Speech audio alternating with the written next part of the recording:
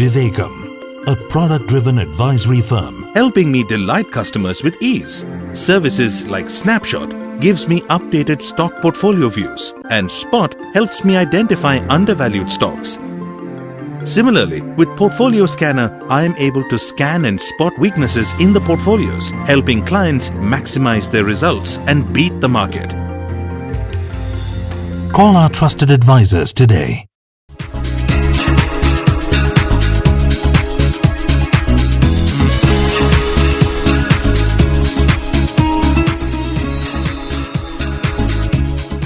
వివేకం సమర్పిస్తున్న learn to earn కార్యక్రమానికి స్వాగతం. గత కొన్ని నెలలుగా మనము మ్యూచువల్ ఫండ్స్ గురించి ఎన్నో విషయాలు తెలుసుకున్నాము. ఇప్పటికీ చాలామంది తమ సేవింగ్స్లో మ్యాక్సిమం అమౌంట్ రియల్ ఎస్టేట్లో ఇన్వెస్ట్ చేస్తూ ఉంటారు. కాకపోతే డిమానిటైజేషన్ వల్ల గవర్నమెంట్ చేపట్టిన అనేక చర్యల వల్ల ఇప్పుడు నల్ల డబ్బు అంటే కంట్రీలో బ్లాక్ మనీ అనేది చాలా వరకు తగ్గిపోతుంది. దీనివల్ల మనకి రాబోయే రోజుల్లో రియల్ ఎస్టేట్లో కనుక ఇన్వెస్ట్ చేసినట్లయితే దానిపై వచ్చే లాభాలు కూడా తగ్గుతాయని నమ్మకంగా చెప్పవచ్చు. రియల్ ఎస్టేట్ తర్వాత ఇండియన్స్కి చాలా ఇష్టమైన ఇన్వెస్ట్మెంట్గా బ్యాంక్ డిపాజిట్స్ అని చెప్పవచ్చు. డిమానిటైజేషన్ తర్వాత బ్యాంక్స్లో విపరీతంగా పెరిగిన బ్యాంక్ డిపాజిట్స్ వల్ల కానివ్వండి, లేదా తగ్గుతున్న ఇన్ఫ్లేషన్ వల్ల కానివ్వండి, ఇండియాలో ఇంట్రెస్ట్ రేట్స్ అనేవి బాగా తగ్గుతున్నాయి. దీనివల్ల ప్రజల్లో ఫిక్స్డ్ డిపాజిట్స్ మీద ఇష్టం అనేది కూడా రాబోయే రోజుల్లో తగ్గుతుందని అనుకోవాలి. 2008 ఫైనాన్షియల్ క్రైసిస్ తర్వాత ఇంటర్నేషనల్గా మనీ సప్లై అనేది అన్లిమిటెడ్ అవ్వటంతో గోల్డ్ ప్రైసెస్ బాగా ఎక్కువగా పెరిగాయి. కాకపోతే లేటెస్ట్గా గవర్నమెంట్ చేపట్టిన అనేకమైన దిద్దుబాటు చర్యల వల్ల గోల్డ్ ప్రైసెస్ ఇదే వేగంతో పెరగటం ఇప్పటి నుంచి సాధ్యం కాకపోవచ్చు. పైగా గవర్నమెంట్ కూడా ఈ గోల్డ్లో ఇన్వెస్ట్మెంట్స్ ఎకానమీకి అన్ప్రొడక్టివ్ అని అనుకుంటుంది. కాబట్టి కంట్రీ లోపలికి వచ్చే ఇంపోర్ట్స్ మీద ఇంపోర్ట్ డ్యూటీ ఆన్ గోల్డ్ అనేది పెంచే అవకాశాలు ఉన్నాయి. ఇదే కనుక జరిగినట్లయితే టెంపరరీగా గోల్డ్ రేట్ పెరిగినా కూడా లాంగ్ రన్లో ఈ గ్రోత్ అనేది సస్టైన్ అవ్వకపోవచ్చు. ఇవి కాకుండా మనకు మిగిలిన options mutual funds, insurances, bonds and equities. Indians తమ పర్సనల్ సేవింగ్స్ అన్నిటిలో కనుక మనం చూసినట్లయితే ఇప్పుడు దాదాపుగా 5 to 7% of the savings go in to mutual funds.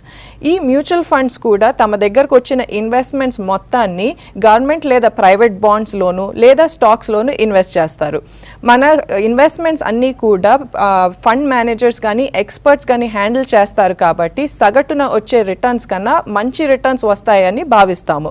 Mutual ఫండ్స్లో మంచివి కనుక్కోగలిగిన మనము మ్యూచువల్ ఫండ్స్ వేటిలో ఇన్వెస్ట్ చేసి మంచి లాభాలు సంపాదించగలుగుతాయో వాటిల్లో గనక మనము మంచి ఇన్వెస్ట్మెంట్ యావెన్యూస్ కనుక కనుక్కున్నట్లయితే అండ్ వాటిల్లో డైరెక్ట్గా ఇన్వెస్ట్ చేసినట్లయితే బెటర్గా రిటర్న్స్ వస్తాయేమో కనుక్కునే ప్రయత్నం మనం ఈ రోజు నుంచి చేద్దాము.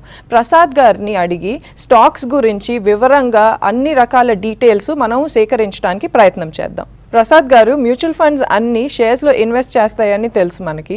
ఈ షేర్స్ గురించి and what the shares mean అనేది కొంచెం వివరంగా చెప్పగలుగుతారా మనకి? అయితే షేర్స్ గురించి తెలుసుకునే పోయే ముందు మొట్టమొదట ప్రతి ప్రేక్షకుడు కూడా కంపల్సరీగా తెలుసుకోవాల్సిన కొన్ని విషయాలు ఉంటాయి.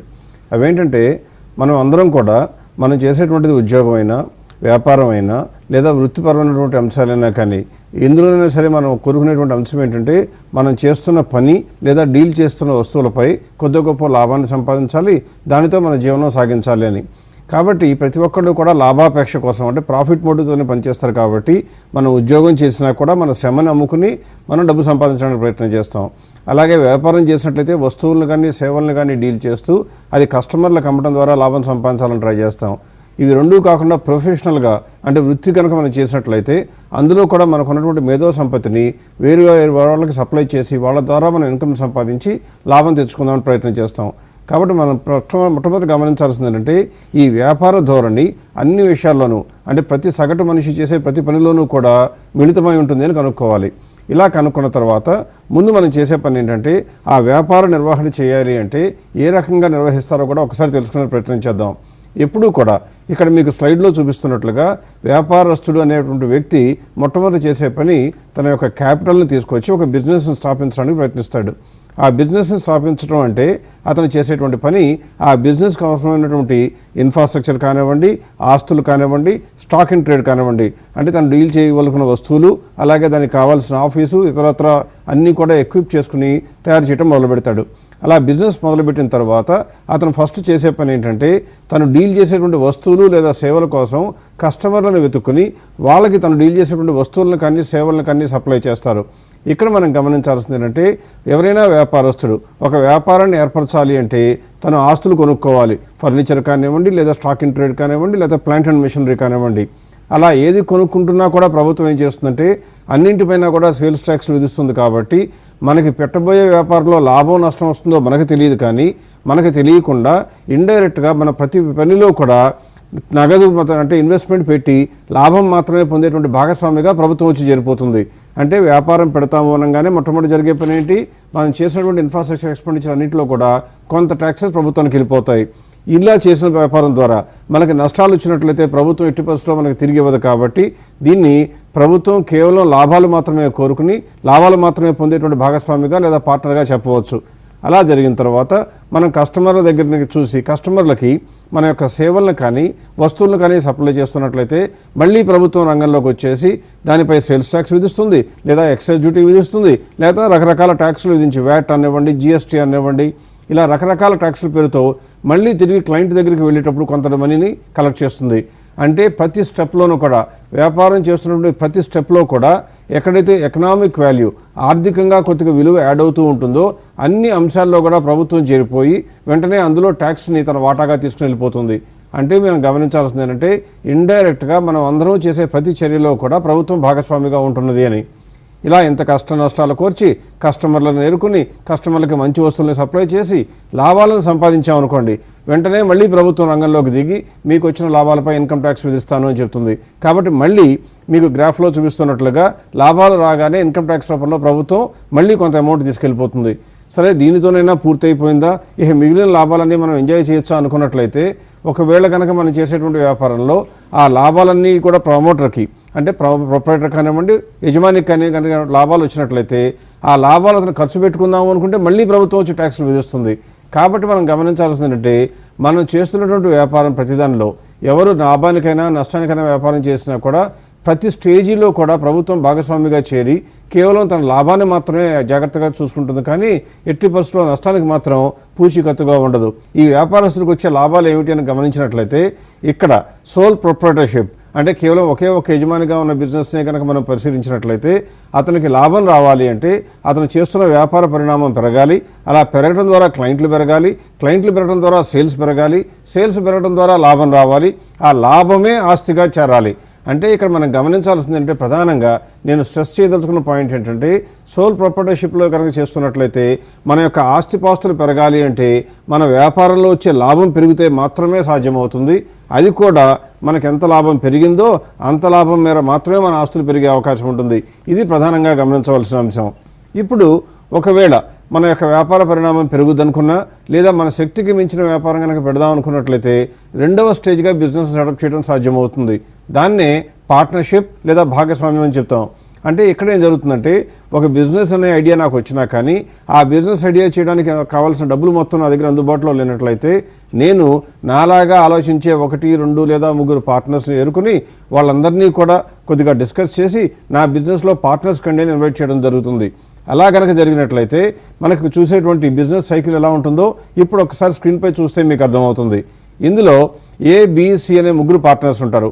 ఈ 3 పార్ట్నర్స్ కూడా ఏం చేశారంటే పెట్టుబడికి కావాల్సినటువంటిది ఇన్వెస్ట్మెంట్కి కావాల్సిన మొత్తాన్ని కూడా ఏర్పాటు చేస్తారు. ఒక్కసారి ఆ అమౌంట్ కనుక బిజినెస్లోకి వచ్చిందంటే సేమ్ సోల్ ప్రొప్రైటర్షిప్లో ఎలాగైతే ఉంటుందో ఇక్కడ కూడా అలాగే ఏమవుతుందంటే బిజినెస్ స్టార్ట్ చేయడం ద్వారా కస్టమర్లు ఎత్తుక్కున్న తర్వాత వాళ్ళకి సేల్స్ చేస్తూ ఆ సేల్స్పై లాభాలు వచ్చినట్లయితే లాభాలన్నింటినీ ఒక చోట ఏర్పరచుకుని దానితో మళ్ళీ బిజినెస్కి కావాల్సిన అసెట్స్ కొనుక్కోవటం లేదా అందులో ఉన్న లాభంలో కొంత వాటాని పార్ట్నర్స్కి పంచుకోవడం జరుగుతుంది.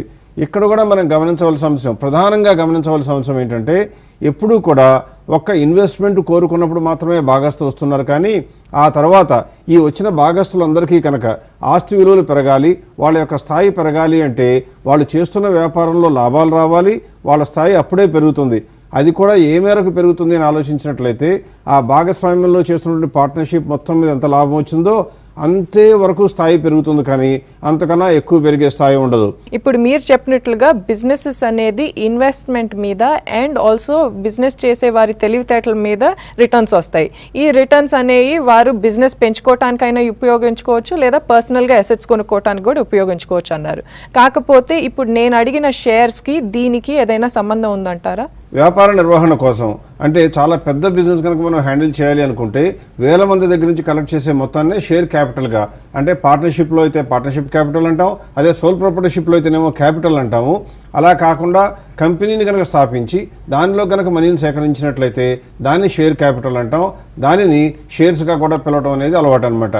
ఇక్కడ మనం గమనించాల్సింది ఏంటంటే ప్రధానంగా పార్ట్నర్షిప్లోకిను దీనికి ఉండేటువంటి తేడాలను ఒకసారి మనం గమనించాలి. ఒకవేళ కనుక మనం సోల్ ప్రొప్రైటర్షిప్ మనమే కనుక ఒక్కడమే బిజినెస్ స్టార్ట్ చేసినట్లయితే బిజినెస్ స్టార్ట్ చేసి అందులో లాభాలు వస్తే ఎలాగైతే ఎంజాయ్ చేయొచ్చో నష్టాలు వస్తే కూడా అలాగే మనం సఫర్ కావాలి, భరించవలసి వస్తుంది. కానీ ఒకవేళ మనకు వచ్చిన నష్టాలు కనుక మన స్థాయికి మించి విపరీతంగా వచ్చినట్లయితే ఏం జరుగుతుందంటే మనం బిజినెస్లో పెట్టిన పెట్టుబడే కాకుండా మన వ్యక్తిగత ఆస్తులు, మనకి వారసత్వంగా సంక్రమించిన ఆస్తులు అన్నింటినీ కూడా మనం ఎవరికైతే అప్పు పడతామో వారికి చెల్లించవలసి వస్తుంది. కాబట్టి సోల్ ప్రాపర్టీషిప్ అనేది సాధారణంగా రిస్క్తో కూడిన అంశంగా చెప్పాలి. ఇకపోతే దాని తర్వాత వచ్చినటువంటి పార్ట్నర్షిప్ని చూసుకున్నట్లయితే పార్ట్నర్షిప్లో కూడా ఎప్పుడైనా సరే మనం చేసే వ్యాపారంలో కనుక నష్టం వచ్చినట్లయితే వెంటనే మన ఆస్తులే కాకుండా, అంటే పార్ట్నర్షిప్ యొక్క ఆస్తులే కాకుండా మన పర్సనల్ ఆస్తులు, మనకి వారసత్వంగా వచ్చిన ఆస్తులు అన్నింటినీ కూడా ప్రభుత్వం కానీ లేదా ఎవరికైతే బాకీ ఉన్నామో వాళ్ళు తిరిగి పొందే అవకాశం ఉంటుంది. అంటే ఒక్కసారి మన బిజినెస్ కనుక చెడిపోయినట్లయితే అన్ని రకాల నష్టాల పాలవడానికి అవకాశం ఉంటుంది. మరి లాభాలే తప్ప నష్టాలు ఒక స్థాయికి మించకుండా రావాలి అంటే, నష్టాలు ఒక స్థాయికి మించితే మనం భరించవలసిన అవసరం లేకుండా ఉండాలి అంటే ఏమి చేయాలి అని అడిగినప్పుడు దానికి కంపెనీలో ఒక ఆన్సర్గా రావడం జరిగింది. ఇదే కంపెనీలో కనుక మనం ఇన్వెస్ట్మెంట్ చేసినట్లయితే, అంటే ఇంతకుముందు మనం అనుకున్నట్లుగా పెద్ద వ్యాపారం చేయాలి అంటే వేల మంది షేర్ హోల్డర్స్ అందరికీ ఉత్తరాలు రాస్తాం. వాళ్ళందరినీ మా యొక్క బిజినెస్ ప్లాన్ ఇది, ఇందులో కనుక మీరు ఇన్వెస్ట్మెంట్ పెడతాను అంటే ఇన్వెస్ట్ చేయండి అని అడుగుతాం. వాళ్ళు ఎవరైనా ఇన్వెస్ట్ చేస్తాను అని కనుక క్యాపిటల్ పెట్టినట్లయితే వాళ్ళు ఇచ్చినటువంటి క్యాపిటల్కి ప్రతిగా మనం షేర్స్ ఇష్యూ చేస్తాం.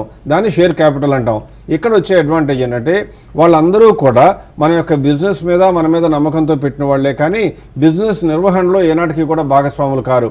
అంటే వచ్చి బిజినెస్లో మేనేజ్మెంట్ కోసం పార్టిసిపేట్ చేయరు. కాబట్టి ఇందులో వచ్చే లాభాల్లో వాళ్ళకి వాటా ఇవ్వడం సబబు, అలాగే నష్టాల్లో వాళ్ళకి వాటా ఇవ్వకపోవటం కూడా సబబు. అందువల్ల ఏం జరుగుతుందంటే కంపెనీ పరంగా చెప్పినప్పుడు ఒక రకంగా ఏం చెప్తారంటే లిమిటెడ్ లయబిలిటీ కంపెనీ అంటారు. అంటే అర్థం ఏంటంటే ఎవరైనా సరే ఒక కంపెనీలో ఇన్వెస్ట్మెంట్ చేసినట్లయితే వాళ్ళకి మ్యాక్సిమం వచ్చే నష్టం ఎంత అని అడిగితే వాళ్ళు ఎంతైతే ఇన్వెస్ట్ చేశారో అంతే.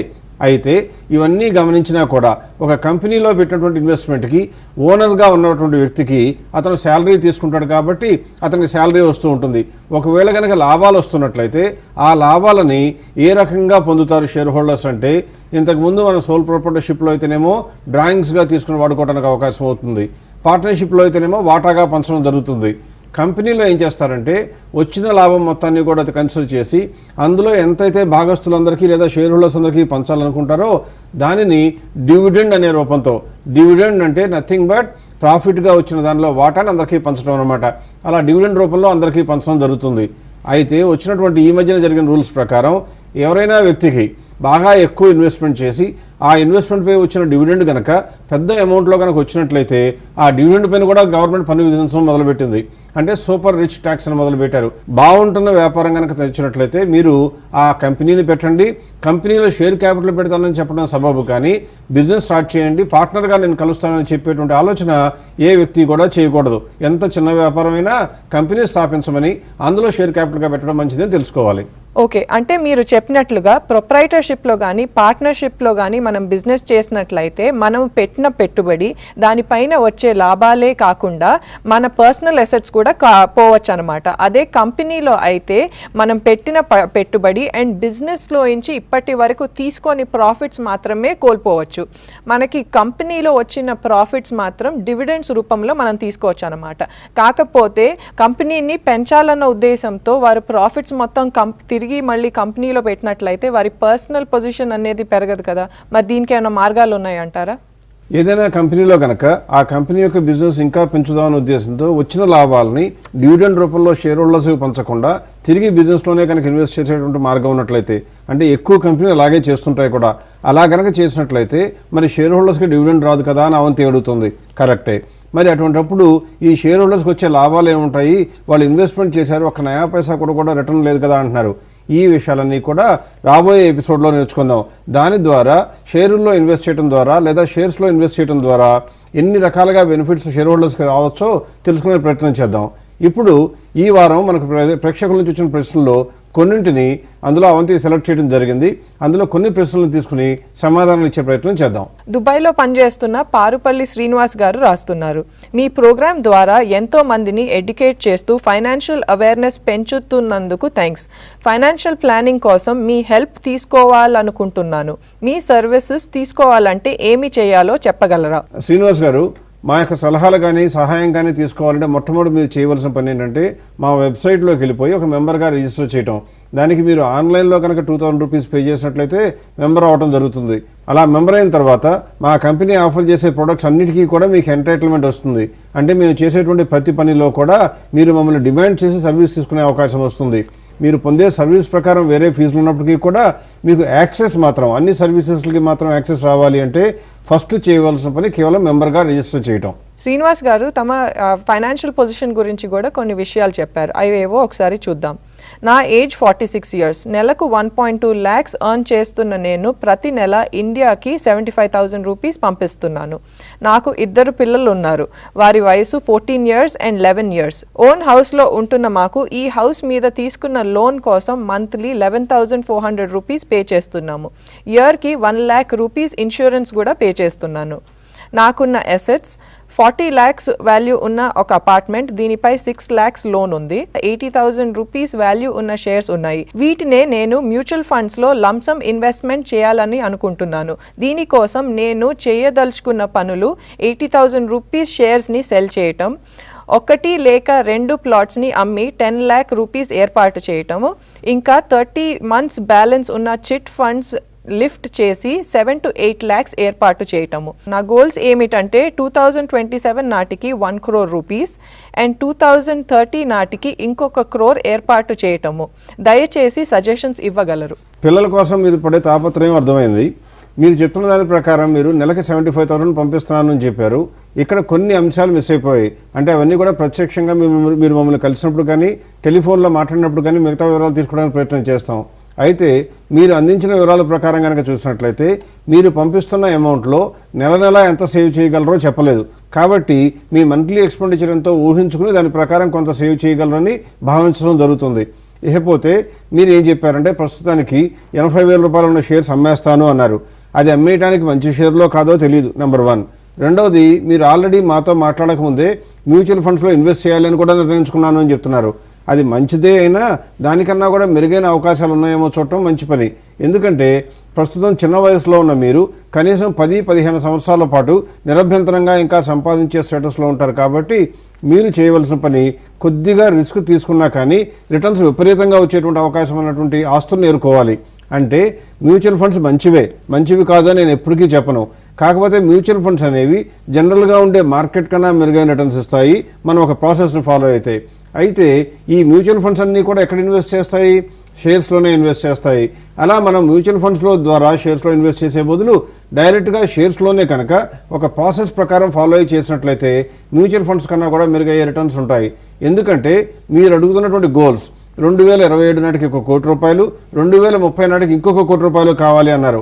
ఇప్పుడు మీరు చెప్తున్నటువంటి అంశాల ప్రకారం చూస్తే దాదాపుగా 18-19 లక్షలు లేదా మ్యాక్సిమం 20 లక్షల వరకు ఇప్పుడు లంసంగా ఇన్వెస్ట్ చేస్తాను అన్నారు.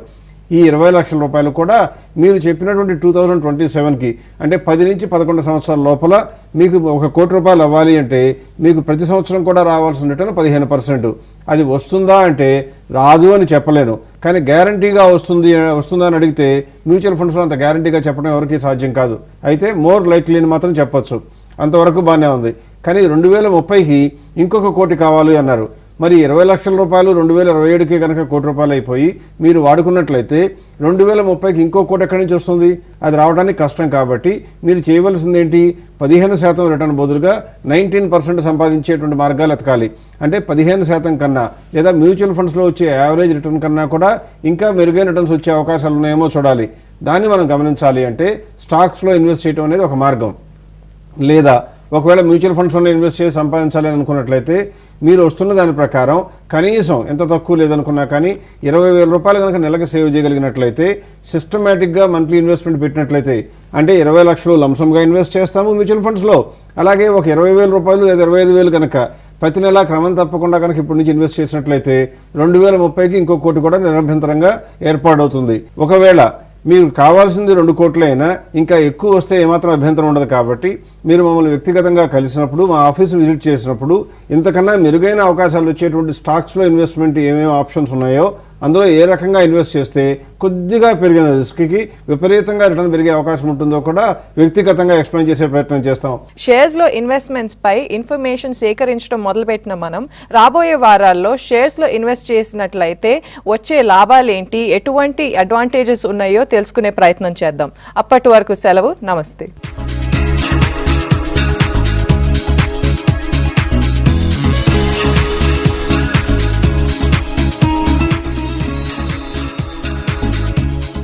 Vivekam, a product-driven advisory firm, provides services through features like Snapshot, Spot, Portfolio Scanner, helping clients maximize their results and beat the market. Call our trusted advisors today.